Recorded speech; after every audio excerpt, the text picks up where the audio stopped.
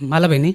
हाँ राजेश अब भैया। भाई देखो अपने पंचन से वादा किन गई रहा कि अभी किसान डायरी सुनावे है। तो किसान डायरी में जो है आज बिल्कुल की देखो, हर शुक्रवार के दिन किसान डायरी आवत है जो उनकी कृषि समाचार पर आधारित होते। एમાં बीते सप्ताह के जो समाचार रहते हैं कृषि के, तो उनका जाने को मिलत है। तो आज भैया काला हो किसान डायरी में है। जो अपने कृषि समाचार पर आधारित है किसान डायरी, आलेख एवं वाचन जो है यदुनंदन सिंह मुरारी भैया का, इनका जो संपादन किए हैं डॉक्टर सुशील कुमार राय भैया। तो आओ सुना जाए। बिल्कुल भैया। नमस्कार, किसान डायरी में आपका स्वागत है। प्रस्तुत हैं कृषि समाचार। आज की सुर्खियां।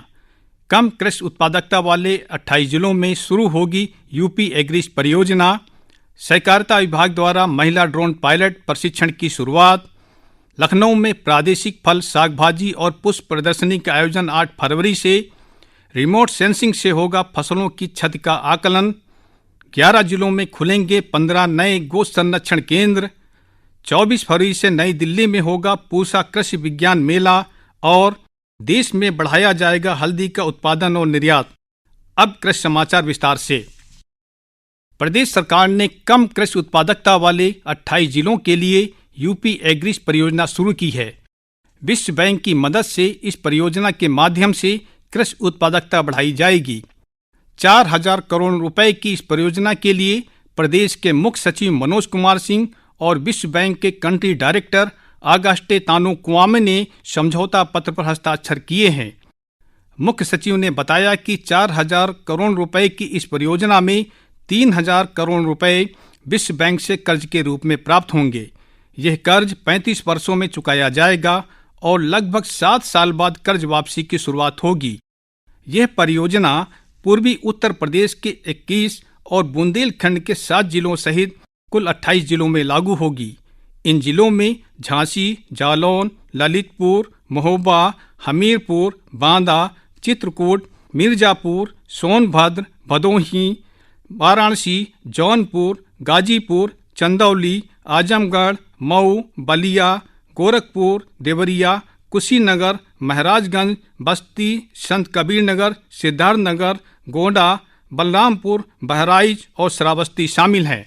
प्रदेश की ग्रामीण महिलाओं को आत्मनिर्भर बनाने और कृषि क्षेत्र में ड्रोन तकनीक के उपयोग की दिशा में सहकारिता विभाग ने सार्थक पहल की है। विभाग ने ड्रोन दीदी योजना के तहत ड्रोन पायलट की 15 दिवसीय प्रशिक्षण की शुरुआत की है। सहकारिता राज्य मंत्री JPS राठौड़ ने ड्रोन उड़ाकर प्रशिक्षण केंद्र का शुभारंभ किया।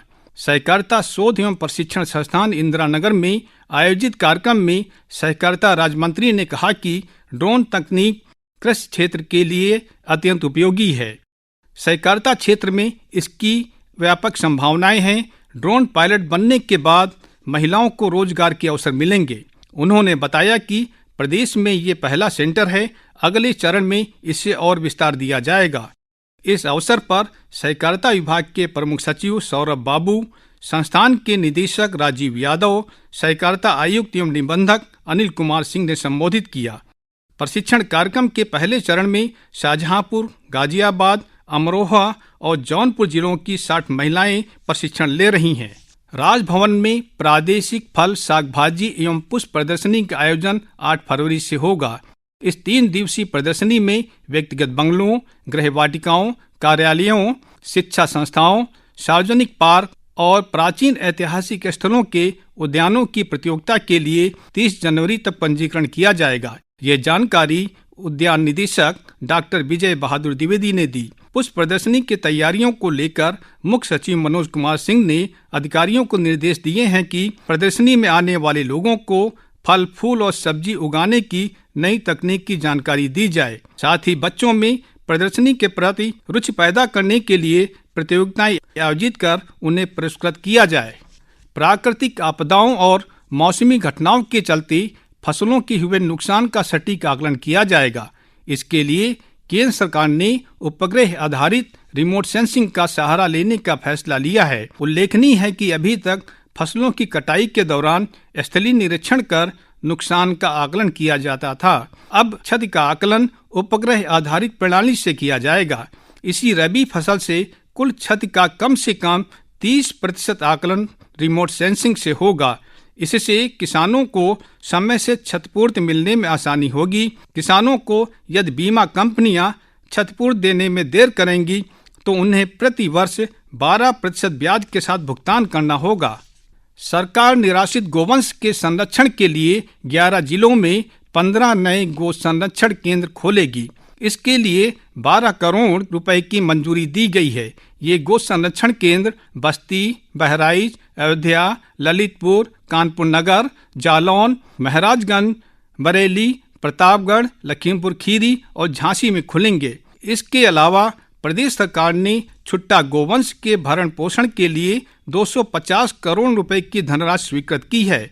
इससे अस्थायी गोवंश आश्रय की स्थापना के साथ उनका संचालन और गोवंश का भरण पोषण किया जाएगा। गोवंश के लिए 50 रुपए प्रतिदिन की दर से इस धनराशि का उपयोग किया जाएगा। सरकार ने पशुपालन विभाग को अस्थायी गोवंश आश्रय के समुचित संचालन के लिए जरूरी दिशा निर्देश दिए हैं। प्रधानमंत्री किसान सम्मान निधि पाने के लिए किसानों को फार्मर पंजीकरण कराना होगा। केंद्र सरकार ने पंजीकरण की अंतिम तिथि 31 जनवरी निर्धारित की है। फार्मर पंजीकरण से किसानों को किसान सम्मान निधि के अलावा और भी अनेक फायदे मिलेंगे। इससे खेती किसानी की सभी योजनाओं में पारदर्शिता होगी। किसानों को फसली ऋण, फसल बीमा की क्षतिपूर्ति और आपदा राहत पाने में आसानी होगी। खेती में तकनीक का प्रयोग बढ़ाने के लिए प्रदेश में कृषि अभियंत्रण निदेशालय स्थापित किया जाएगा। केंद्रीय कृषि एवं किसान कल्याण मंत्रालय के सचिव डॉक्टर देवेश चतुर्वेदी ने राज्य के मुख्य सचिव को पत्र भेजा है। भेजे गए पत्र के अनुसार निदेशालय के विशेषज्ञ उन्नत कृषि तकनीक के गुर किसानों को सिखाएंगे। सिंचाई की उन्नत मशीनों का प्रयोग करने, मिट्टी की उर्वरा शक्ति बढ़ाने और जलवायु परिवर्तन के चलते खाद्यान्न की बुआई के बारे में विशेषज्ञ किसानों का मार्गदर्शन करेंगे। खेती और बागवानी के साथ साथ किसान बिजली भी पैदा करेंगे। पेड़ों की जड़ों से पैदा हुई बिजली से पंखा, प्रकाश और बैटरी चार्ज जैसे सभी कार्य हो सकेंगे। यह तकनीक बस्ती के प्रमोद कुमार पांडे ने विकसित की है। उन्होंने एक रिएक्टर तैयार किया है जिससे पेड़ों की जड़ों से बिजली का उत्पादन किया जा सकता है। उन्होंने इस आइडिया और रिएक्टर का पेटेंट आवेदित किया है। छत्रपति साहू जी महाराज विश्वविद्यालय में उद्यम उत्सव 2025 में प्रमोद ने इस तकनीक की जानकारी दी। उन्होंने बताया कि यह रिएक्टर नए पौधों पर काम करता है। गड्ढे में रिएक्टर डालकर ऊपर से पौधे का रोपण किया जाता है। जड़ें बढ़ने के साथ उनमें पहले से मौजूद बिजली का उत्पादन बढ़ने लगेगा। बुंदेलखंड विश्वविद्यालय झांसी में मार्च से इस तकनीक का ट्रायल होगा।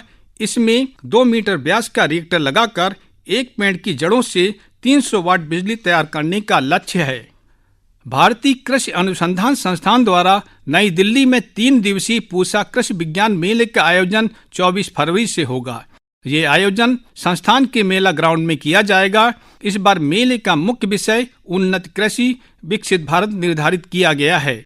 इस राष्ट्रीय किसान मेले में देश के विभिन्न भागों से 1 लाख से भी अधिक किसान और कृषि क्षेत्र से जुड़े लोग भाग लेंगे।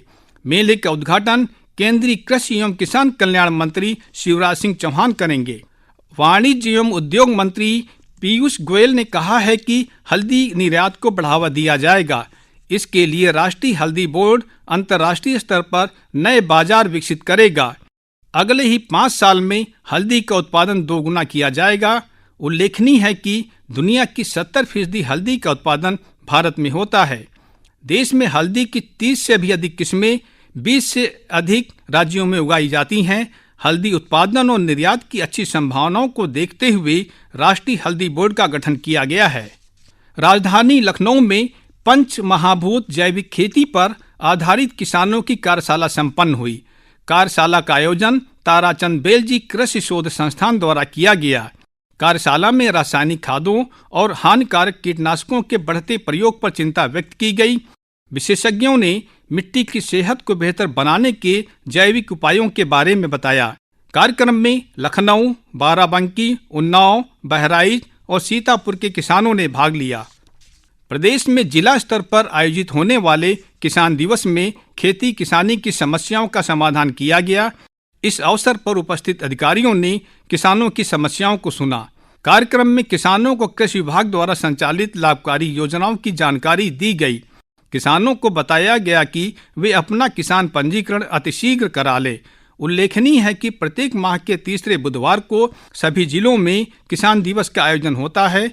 इसमें कृषि और प्रशासन से जुड़े अधिकारियों के अलावा किसान भाग लेते हैं। राष्ट्रीय वनस्पति अनुसंधान संस्थान में 18 जनवरी से 2 दिवसीय फूलों की प्रदर्शनी का आयोजन किया जाएगा। ये प्रदर्शनी पुष्प प्रेमियों के लिए आकर्षण का केंद्र होगी।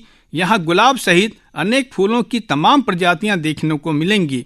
प्रदर्शनी में संस्थान द्वारा विकसित गुलाब की प्रजातियां प्रदर्शित की जाएंगी। फूलों की जानकारी देने के लिए विशेष स्टॉल लगाए जाएंगे। यहाँ लोग फूलों के बारे में जानने के साथ ही उन्हें खरीद भी सकेंगे। प्रदर्शनी में पुष्प प्रतियोगिता भी आयोजित की जाएगी। प्रदेश की मंडियों में फसलों को सुरक्षित रखने के लिए कोल्ड रूम बनाए जाएंगे। ये निर्णय राज्य कृषि उत्पादन मंडी परिषद की बैठक में लिया गया। बैठक में उद्यान राज्य मंत्री दिनेश प्रताप सिंह ने कहा कि प्रदेश में मंडियों की व्यवस्था सुधारी जाएगी। उन्होंने कहा कि किसानों की सुविधा के लिए विश्राम गृह की व्यवस्था को और बेहतर बनाया जाएगा। बिहार कृषि विश्वविद्यालय ने AI के प्रयोग से एक ऐसी मशीन बनाई है जो पेड़ में लगे फलों का पूरा ध्यान रखेगी। ये मशीन समय रहते फलों में होने वाली सड़न गलन को आसानी से पहचान सकेगी। यह मशीन फलों के भंडारण और हैंडलिंग में भी महत्वपूर्ण भूमिका निभाएगी। इस मशीन की कीमत लगभग 2 लाख रुपए होगी। कृषि विश्वविद्यालय के विज्ञानियों के अनुसार इस नई तकनीक से पेड़ में लगे फलों का बचाव होगा और फल लंबे समय तक सुरक्षित रखे जा सकेंगे। महोबा में 2 दिवसीय प्राकृतिक खेती के प्रशिक्षण कार्यक्रम का आयोजन किया गया। अरुणोदय संस्थान द्वारा आयोजित प्रशिक्षण में महोबा और बांदा के प्राकृतिक किसानों ने भाग लिया। प्रशिक्षण का संचालन रिजवाना खान द्वारा किया गया। उद्यान विभाग के सुलेमान ने बागवानी और सरकारी योजनाओं की जानकारी किसानों को दी। जनवरी के दूसरे पखवाड़े में रबी फसलों पर खराब मौसम का प्रभाव पड़ने की आशंका जताई गई है। भारत मौसम विभाग ने जनवरी के दूसरे पखवाड़े में पहाड़ों पर 2 पश्चिमी विक्षोभ आने का अनुमान जारी किया है। इससे मैदानी क्षेत्रों के तापमान में और अधिक गिरावट आएगी। ठंड बढ़ने के साथ घना कोहरा पड़ेगा। पाला गिरने की भी आशंका है, जिससे गेहूं, सरसों और आलू की फसलों का नुकसान संभावित है। ललितपुर के कृषि विज्ञान केंद्र खिरिया मिश्र में सूक्ष्म सिंचन पर 1 दिवसीय कृषक प्रशिक्षण का आयोजन किया गया। कार्यक्रम की अध्यक्षता हरिओम निरंजन ने की। कार्यक्रम में पशुपालन विशेषज्ञ डॉक्टर अनुज कुमार गौतम, वैज्ञानिक डॉक्टर दिनेश तिवारी द्वारा कृषकों को प्रशिक्षण प्रदान किया गया। प्रशिक्षण में जनपद के 50 किसानों ने भाग लिया। ये थे इस सप्ताह के कृषि समाचार। इसी के साथ किसान डायरी का आज का अंक यहीं पर संपन्न होता है। नमस्कार।